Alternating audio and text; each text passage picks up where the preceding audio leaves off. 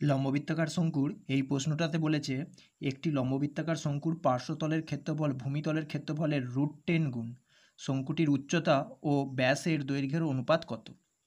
তো দেখো, আমি এই অঙ্কটা করবার জন্যে আমি ধরি শঙ্কুটির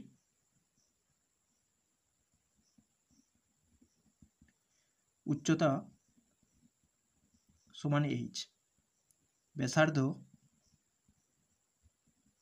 সমান r এবং তির্যক উচ্চতা সমান l। এবার বলেছে পার্শ্বতলের ক্ষেত্রফলটা ভূমির ক্ষেত্রফলের √10 গুণ। তাহলে প্রশ্ন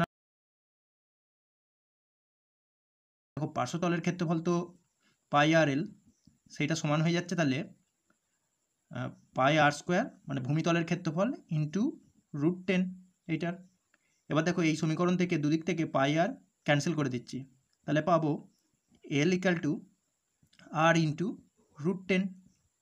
তো এখান থেকে দুদিকে স্কোয়ার করে দিলে হবে l² = r² ইন্টু 10। তো এখান থেকে l স্কোয়ারের মানটা পেয়ে যাচ্ছি 10r²।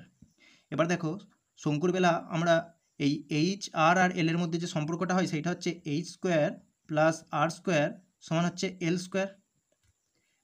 বা এখান থেকে h² প্লাস r², এই l² এর মানটা 10r² লিখতে পারবো, বা h² সমান হয়ে যাবে 10r² মাইনাস r², বা এই h² এর মান হয়ে যাচ্ছে 9r², বা এই h এর মানটা হবে 3r।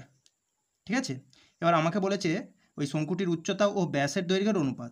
তাহলে উচ্চতা হচ্ছে h আর ব্যাস হচ্ছে 2r, এই অনুপাতটার মানটা বের করতে হবে। এবার h এর মানটা বস করে দিচ্ছি, সেটা হচ্ছে 3r = তাহলে 2r। তাহলে দুদিক থেকে আর ক্যান্সেল করে দিলে হচ্ছে 3:2, এটা হচ্ছে অ্যান্সার।